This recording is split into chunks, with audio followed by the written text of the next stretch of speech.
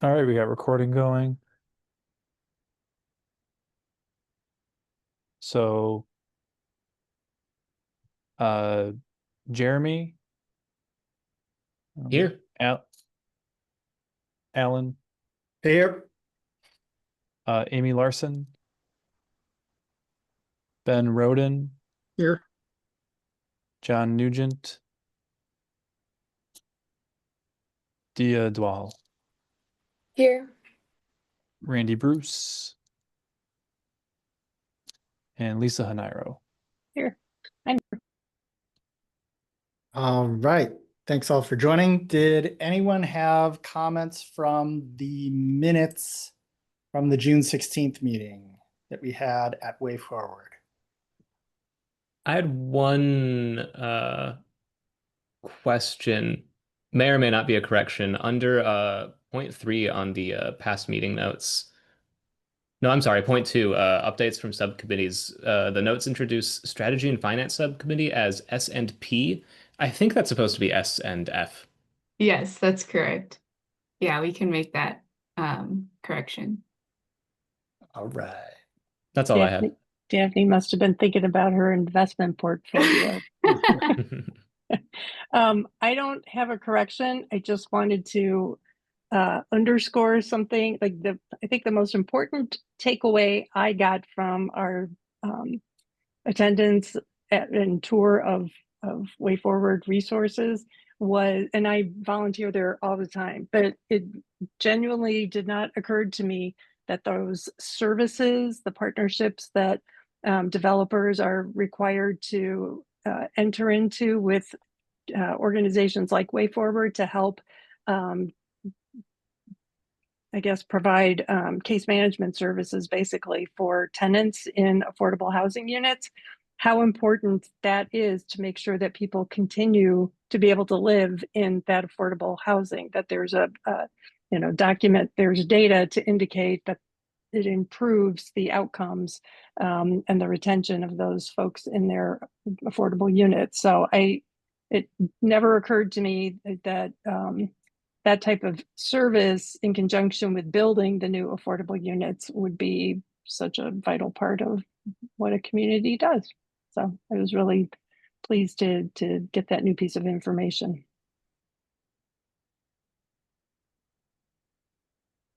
One point from the meeting that was illuminating for me, it makes sense intuitively, but I hadn't thought about it, is that a lot of partnerships for low-income housing tax credits could simply be a memorandum of understanding with no real beneficial work done by some of the parties. And I was glad to hear that Way Forward identified that issue and said that they work as hard as they can to benefit their communities.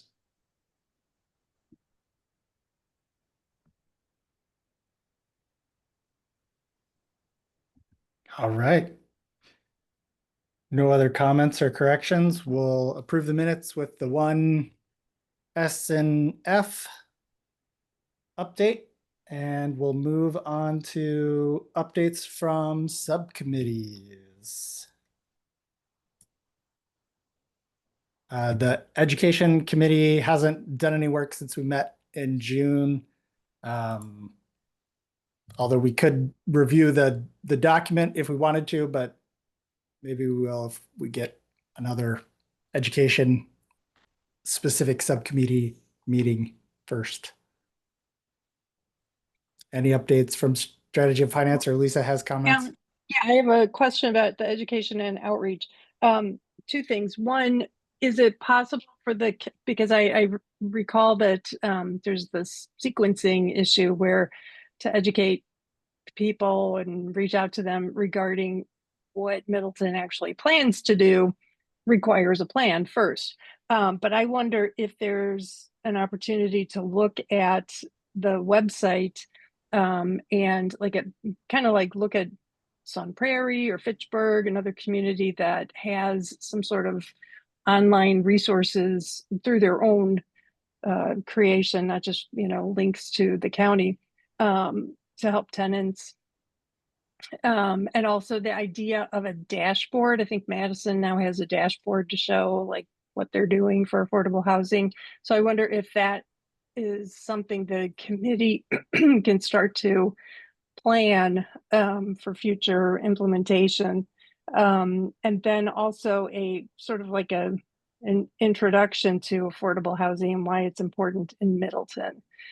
Because that latter one would actually be I think a useful public information piece for the city to have now, to help folks understand. I was just reading the Conservancy Lands Plan, and somebody, they relayed a comment from that survey that they did, and it was no more apartments.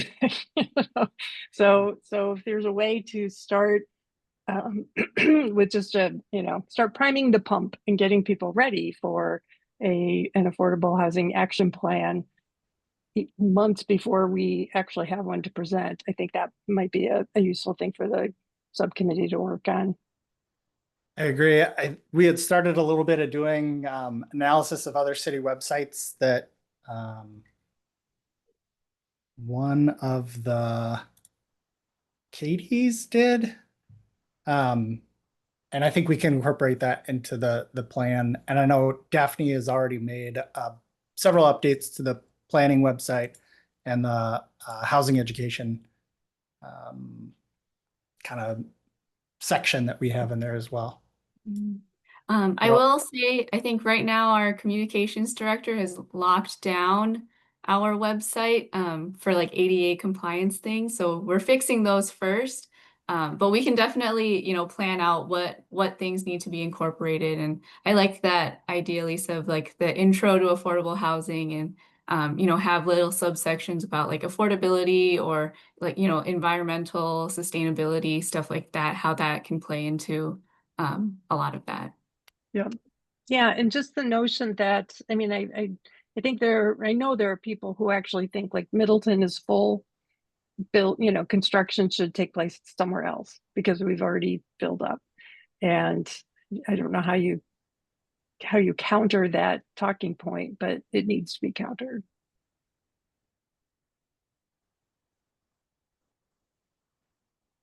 I will take that to the subcommittee. Thanks.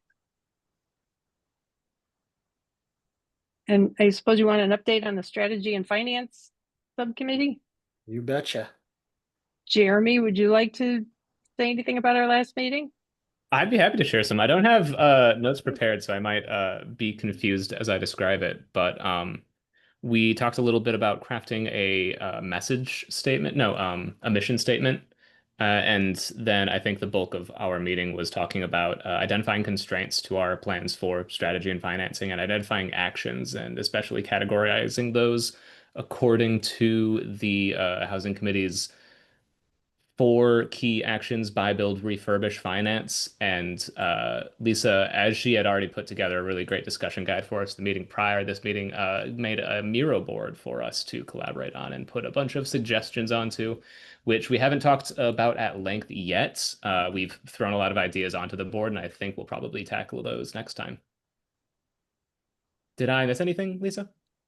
No, that was perfect. Thanks, Jeremy. Lisa, Jeremy, was there any specific, I wasn't there, any specific homework for the group ahead of the next meeting? I think Daphne shared the Miro board link if you want to take a look at it. And I do have, I you did see the have. link, yeah. All right, sweet. Yeah. Yeah, we just thrown some ideas on there. I think that's the homework for next Okay. meeting. Okay. Yeah, just basically, if you think of something that could be included, we were trying to get as many ideas on the table or on the board as possible so that at the next meeting we could start to drill down and prioritize them and talk about which ones we think might fit in Middleton, which ones we might want to look at other communities, if there's a case study or an example of some other community doing those, what can we learn from them? Things like that. Okay. Just be really careful not to delete it.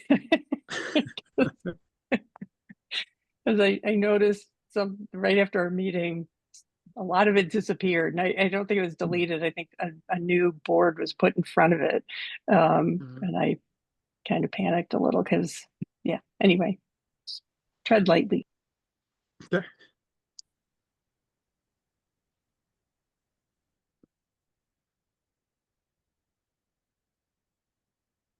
All right, any other comments about the subcommittee updates? Otherwise, we'll move on to roles and timelines. This one, Daphne or Scott? Yeah, this is one where, as Daphne and I were talking through the handoff for staffing this committee, she brought up this timeline that had been put together, I think, back in May, and I noticed that the writing period is coming up on us very quickly, and just wanted to have a conversation with the committee about, what roles would you like staff to play in drafting this? What roles, within the committee do you see? Um, just want to make sure that we have that conversation on the front end, so then it's not, 2 or 3 months and everybody goes, "Oh, I thought you were supposed to be doing that piece." So just thought this would be a good placeholder for having that conversation. Gotcha. So we want to pull up I think there was a document in the SharePoint with some of those dates so everybody can see those. Yeah. Can you see my screen now? Yep. Okay. So for the education and outreach part, I think we are moving into writing already. So I don't see any barriers, although we may need a few more work sessions, like potentially more frequently. So in that, I think we've said that we do need a staff person there because they are open meetings for that work time. So that I think Scott and Daphne would just want to know, when is the least inconvenient time to meet to use your time wisely.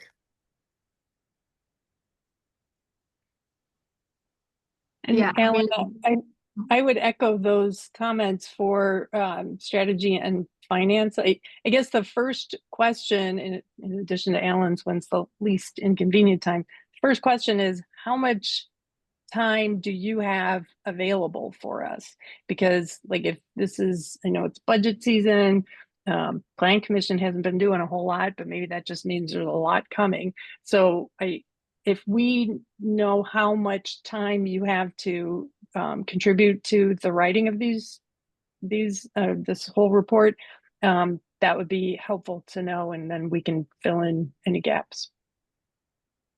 Yeah, so to the first question about when the most convenient time to meet, I think for us during the workday is usually, typically best, although we can always make, we know that you all have day jobs, and so we can make nights and weekends work as well, for having those kinds of meetings to talk about stuff.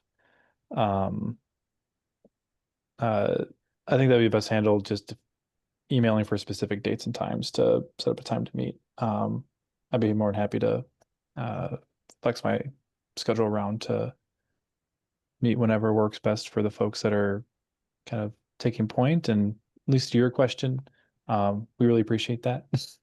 Um, we can get this a little bit later in the agenda when we talk about some of the planning staff stuff, but we did recently have an offer accepted for the new placemaking planner position. So with that, I would foresee at least my capacity opening up quite a bit to be able to take on helping draft this. So I come from a background of consulting, so I think in terms of number of hours per week, I would say maybe I could spend 5 to 10 hours per week on dedicated to this. Um, this being probably one of the biggest items on my staffing workload, so this would be something I would give priority for me. That's Yeah, good. Go Oh, ahead, Daphne. Sorry. I was just gonna say, like, once we like set up a document also, if we put it in the SharePoint, I think, people could just be able to hop on whenever they have time to, add or, at least comment and make edits to that document. I think setting up that document, might take a little bit more of, our more intensive work sessions, but I think once that's set up, maybe it could just be more like checking in once a week kind of thing, digitally, not with a meeting, but just seeing, the progress that way.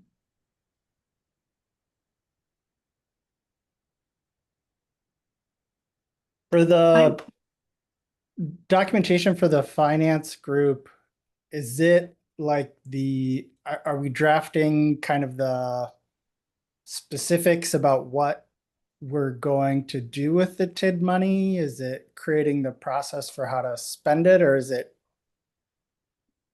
what is it that we're trying to, I think, produce for this draft to present? I envision the draft of the at least the strategy and finance portion being the bulk really of the Affordable Housing Action Plan, because it will explain why we're doing it, Yep. share our vision and mission that Jeremy had mentioned, and address either the five components, including education, or the regional housing strategy priorities, they call them. We'd organize it according to one of those.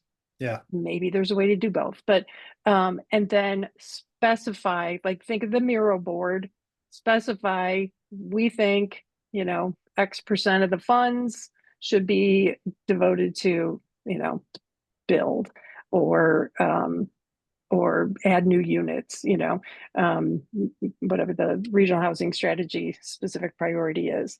And maybe even address things like why we chose not to include other things. Like I always see land trusts mentioned, and they seem like a great idea. And maybe I'm just a little too cynical, but it also seems like a lot of work and documentation. And, I'm not sure we'd get the bang for the buck from that. So we might need to address why it is that we didn't choose some things that seem to be popular.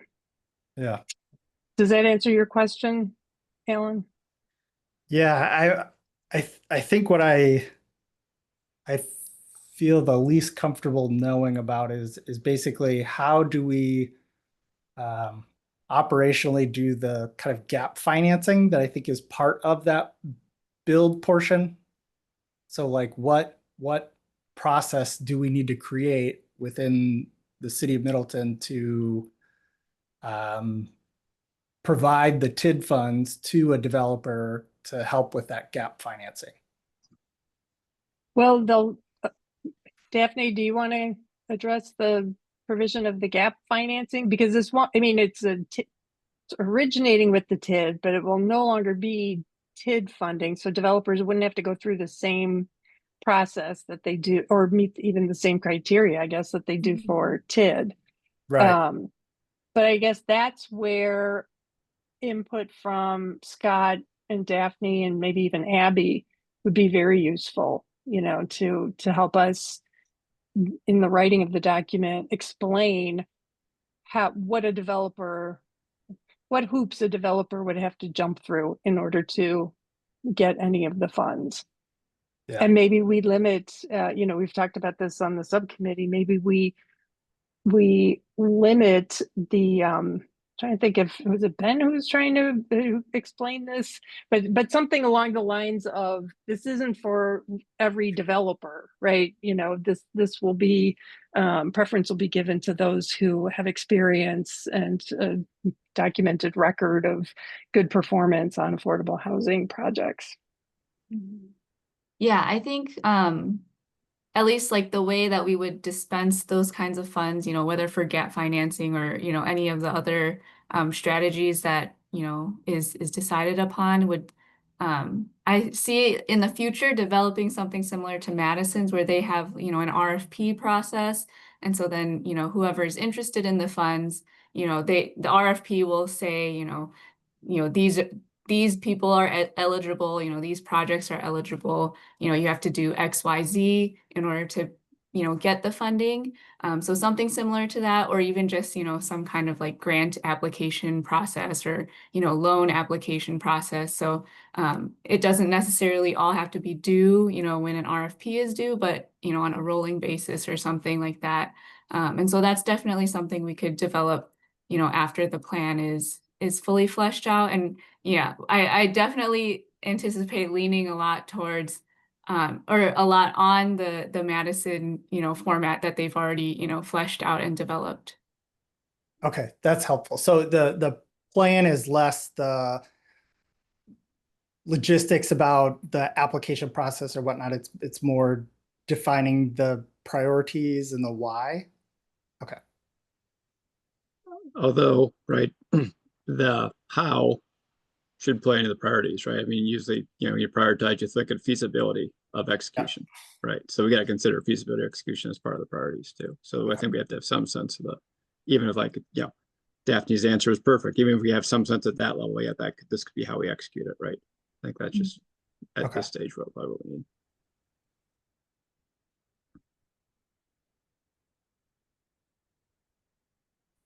And going back to the timeline, if I could edit this, I would say we need to add somewhere in, October, November, and December that these are joint meeting, or it's a meeting of the Workforce Housing Committee jointly with CDA to do these things, because whatever draft we come up with and package together into the all 5 components, that needs to go to both of our committees to review and comment on. Yeah, I think the addition of the specific meeting dates for the future in those months might help us understand what specific deliverables we need to have ready by when. Yep. So if I think Scott, if you put this one together, if there are future dates for the meetings that we know we either need to schedule or that we already have, we just add those in there, and then we can start to say, okay, strategy and finance draft is going to be reviewed at this one, approved at this one. The education plan will be reviewed at this one, approved at this one. Okay, great. And just getting myself up to speed. So it sounds like Alan, as the head of the education subcommittee, you're taking the lead on drafting the document for that. Lisa, you're taking the lead on drafting the strategy and finance piece of it. And then as needed, you can reach out to staff and we can, do work sessions to kind of work through that. But you would be the primary document author. Is that a correct understanding? Yes. I'm on board with that. Great. And just a heads up, because I know you used to work for Sandwall, I am a big fan of brevity. So I like plans that are accessible to the public, especially the public with day jobs who don't have time to read a lot but really want to understand. So I mentioned that only because I don't want you to be worried that you were looking to produce a 150 page long plan. That's not at all. Like the sustainable city plan is 20 pages, most of which is from our comprehensive plan to sort of elevate those actions and say this is what we need to do first. I would love to see this plan be no more than 30 pages tops. So I'm exactly on the same wavelength there. That's so great. That's great.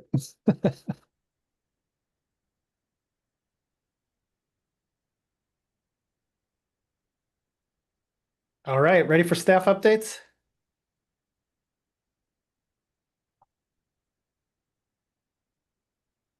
Yes. So as I mentioned earlier, we have just hired a new placemaking planner, Jolyn Rorda, who is her background is as the executive director of the Arts and Lit Lab. So she comes with a ton of experience in the arts and events, which is going to be really great for our downtown and arts committee. And she's also going to be staffing landmarks, which will take a little bit extra off of Daphne's plate as well.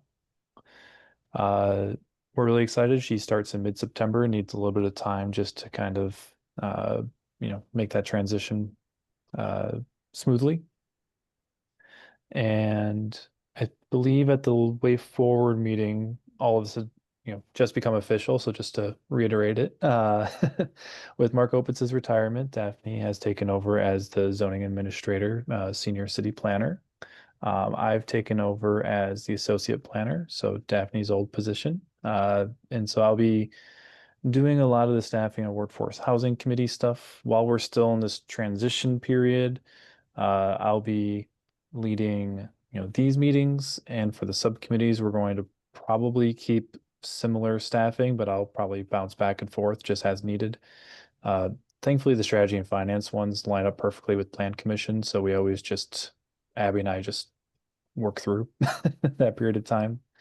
And so, but by mid-September to October, we expect to, be fully, settled into our new roles and back up to full speed in the planning department here. So that's the good news, which means that uh, our capacity is a bit more opened up to help more directly on these plans in the past. So please don't hesitate to reach out to schedule work sessions with me.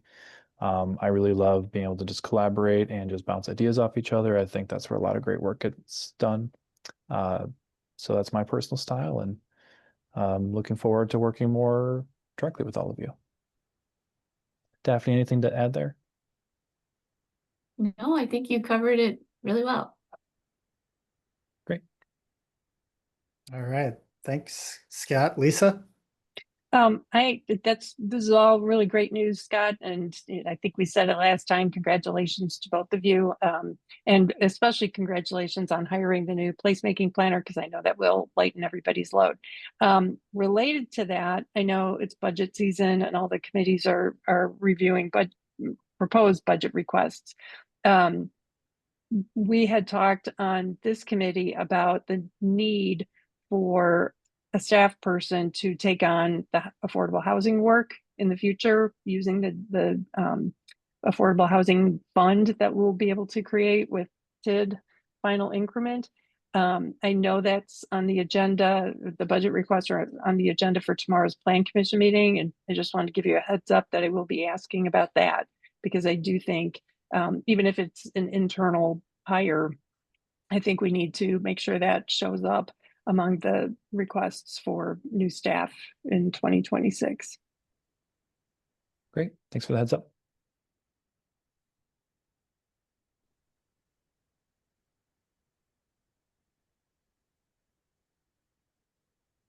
Would that FTE or request also be something that we have reflected in the strategy plan as well? Yes. Okay. Good stuff. All right. We'll open discussion for future agenda items.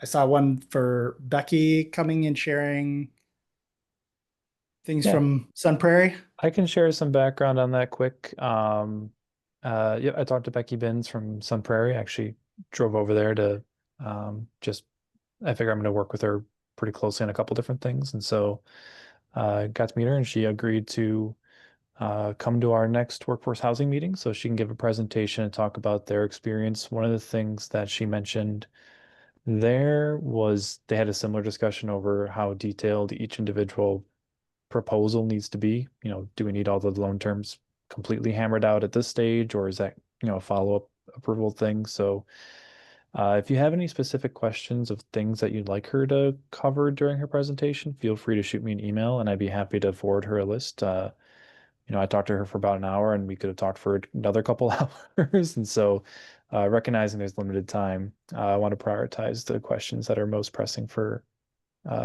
committee members. Okay, so homework is come up with questions for Becky.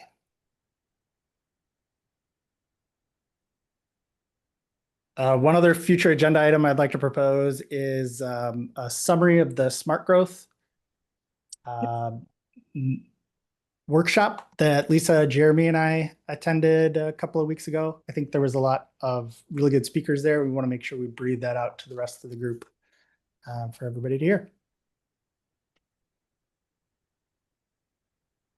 And this is the August 18th meeting. Is that right? Yes, I believe that's the 18th. Yep. Okay. Any other agenda items that we'd like to get on there? I have to get in the habit of doing it ahead of time. One from the strategy and finance, just to see if what the members think.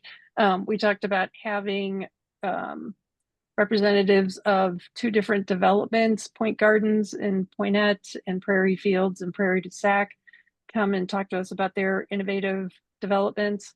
Actually, one was, I think the Poinette one we saw at the housing workshop. Oh, yeah. Yeah. So is that something, let's discuss whether we have that as a workforce housing future presentation, or do we save that for a joint meeting with the Community Development Authority so that everybody hears it? I'll leave that up to staff to decide, because I know we're not really supposed to discuss things on this particular agenda item.